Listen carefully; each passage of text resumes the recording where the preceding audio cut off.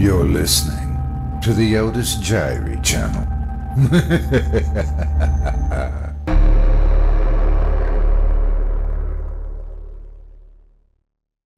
The Girl Hiding in My Walls by COFFEELOVER309. Performed by Otis Jiry. For the past couple of weeks now, I've been noticing a few odd things in my apartment. It started off with food mysteriously disappearing from my refrigerator and pantry while I'd be away at work. I didn't think much about it at the time, since every now and then I'd lose track of my daily eating habits due to my busy schedule, so I simply brushed it off. Eventually, it didn't stop there. Almost every night, I could have sworn I could hear shuffling sounds coming from within the walls, and sometimes, when I got home late from work, I'd find both my computer and TV turned on, even when I distinctly remembered turning them off before I left.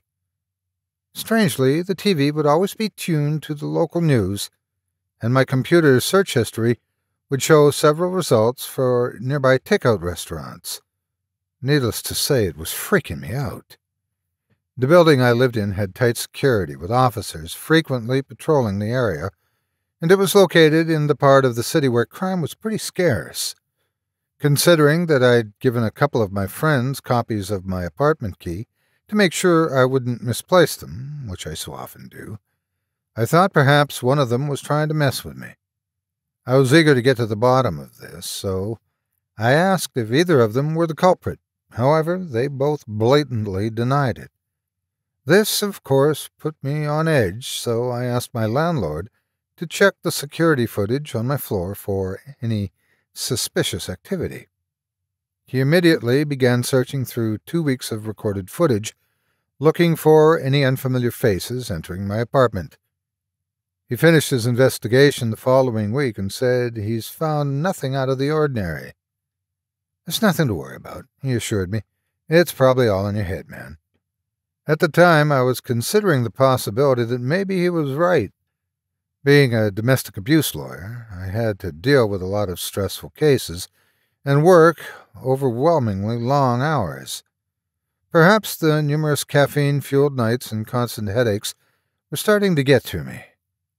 On one particularly snowy day, I was coming down with a nasty cold and had to call in sick for the next few days. Despite having to reluctantly waste some of my days off on such a gloomy occasion, I was still glad to be temporarily free of my hectic obligations. It was around 7:30, and I was getting really tired. I had finally made it near my apartment on the 6th floor. I just got back from picking up some remedies at Walmart, and was anticipating a nice, long night of peace and relaxation. Just as I stood in front of the door, I immediately heard a faint shuffling in the distances. My eyes scanned the hallway for any signs of life. Nothing. Suddenly I could hear footsteps quickly creaking on a wooden surface. After listening in closely, I made a chilling realization of where these footsteps were coming from. Inside my apartment. This couldn't have been one of my friends, as I had recently changed the lock on my door due to all the strange things that have been happening. A sudden chill went up my spine because I knew right then and there that an intruder had somehow broken in. At that moment, I felt really uneasy. I wanted to run downstairs and call for help, but I knew if I left the hallway at this point, the intruder would definitely make a break for it. Being the naive young man that I was determined to go inside, grab my gun, and try to apprehend whoever was inside. Taking a deep breath, I slowly unlocked the door and creaked it halfway open. I was instantly hit with a powerful, ghastly odor that made me want to puke.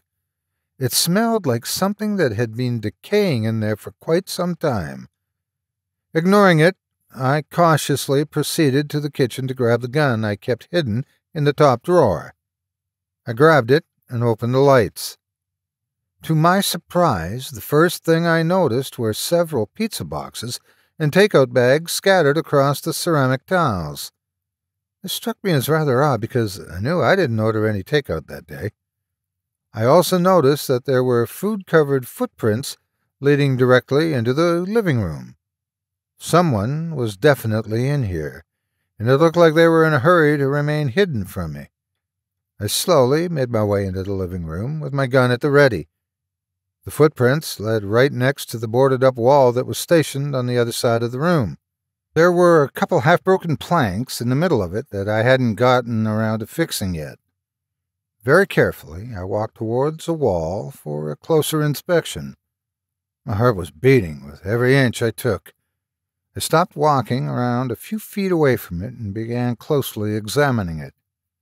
I couldn't make out anything inside, so I moved my head in even closer to search for any signs of life. Again, nothing was completely visible, as it was pitch dark inside, so this time I pulled up my phone, put it in the wall, and turned the screen on. Suddenly, out of nowhere, I saw two amber-red eyes staring directly at me. My heart dropped like a rock. I quickly stumbled backwards, trying to keep my balance. A sudden rush of adrenaline swiftly filled my entire body. I quickly spoke in the most intimidating voice I could muster up.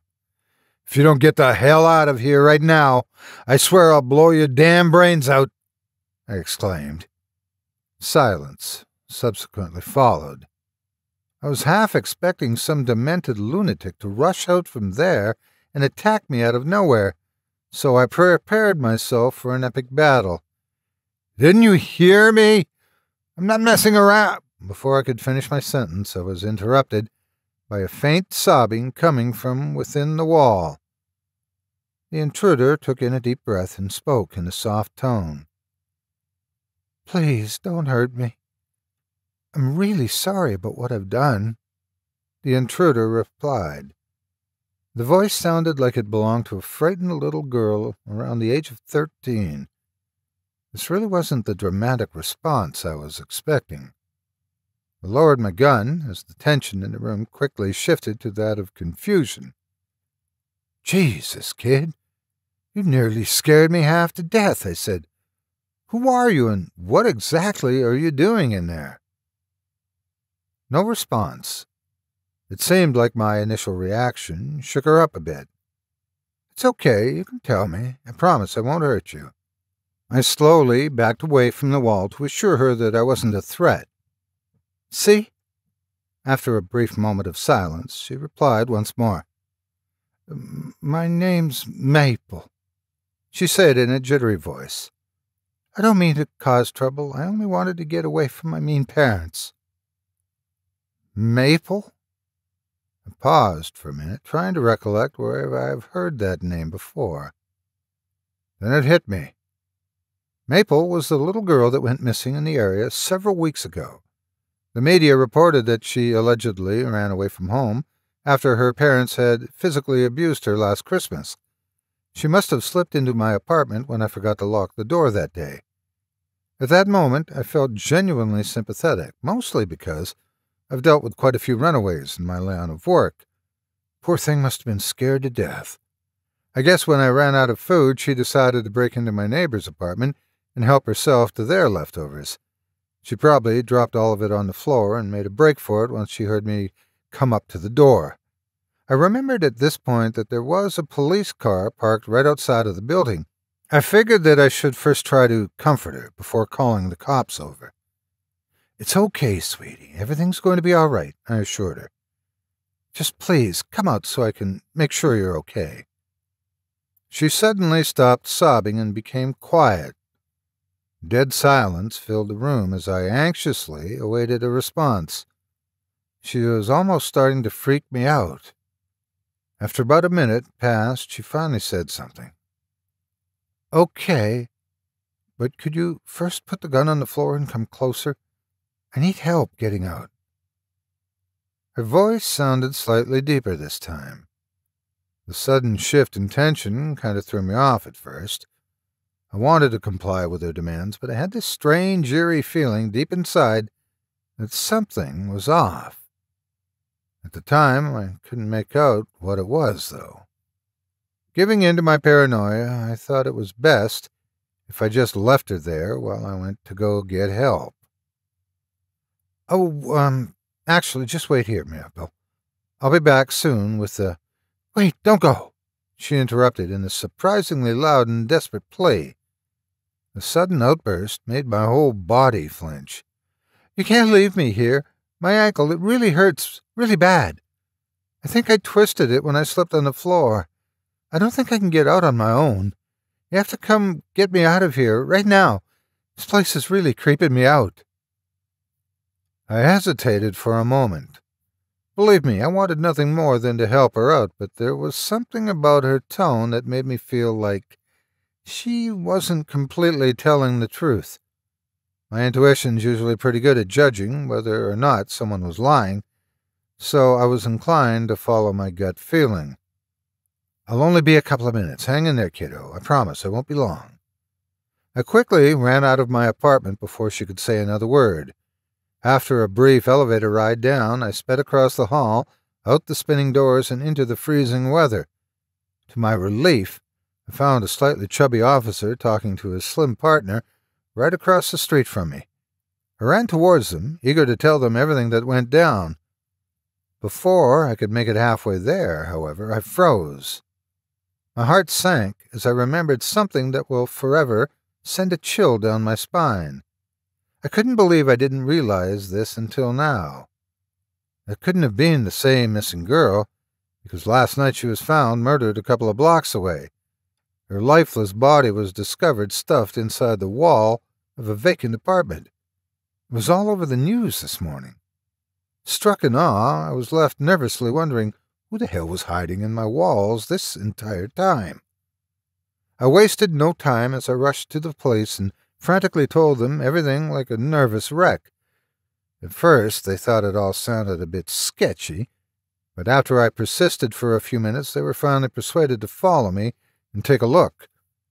Without catching my breath, I ran back to my apartment, with the officers following closely behind. When we made it to my living room, I showed them where the intruder was hiding. The chubby officer told me to step back as they both drew out their guns and pointed them at the wall. "This is the police. I want you to get out from there right now at this instant and put your hands on the ground."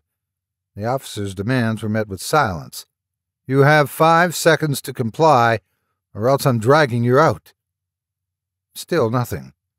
The slim officer nodded, cueing his partner to go in.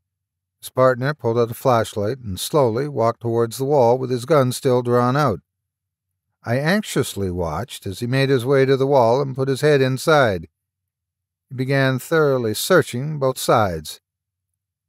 "Do you find anything?" the slim officer asked. "Nope. It's all clear," he replied, "but I can tell someone's been hiding in." Before he could finish his sentence, he paused. He put his head in deeper for a closer inspection. "Hold up, I think I see something." Judging by the surprise in his voice, I had a feeling that he was about to discover something really disturbing. I could feel it in my bones. "What is it?" his partner called out. The chubby officer took his head out of the wall and looked at his partner with a shocked expression. I think I can see a couple of bodies inside." Those words made my entire world turn upside down. I almost couldn't believe what I was hearing. "Are you sure about that?" the slim officer asked.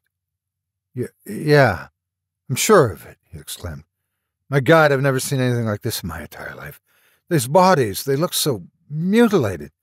Just what the hell happened in there?" The unsettling thought that I had just stood feet away from human corpses made my stomach turn. The powerful stench of decaying flesh made me want to puke my guts out. I knew, right then and there, that whoever had been hiding in my walls this whole time was definitely not a little girl. "Help me break down this wall. One of them could still be alive." The slim officer put his gun back in his holster and walked towards the wall. I watched from about 15 feet away as they both started breaking down the old planks, one by one. They quickly teared off 3 rows of them with ease, while blood started pouring out in excessive amounts.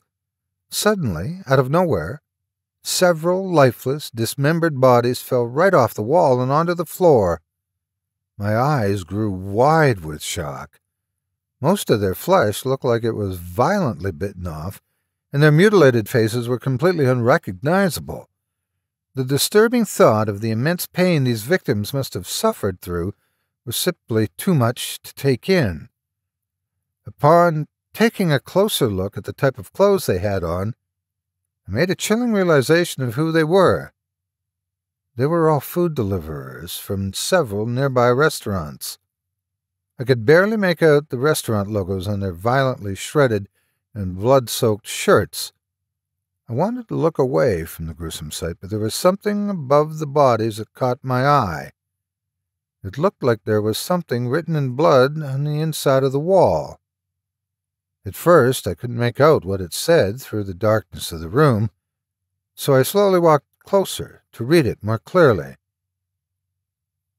My entire body shook to its very core the instant I realized what it said. "You're lucky you didn't do what I asked."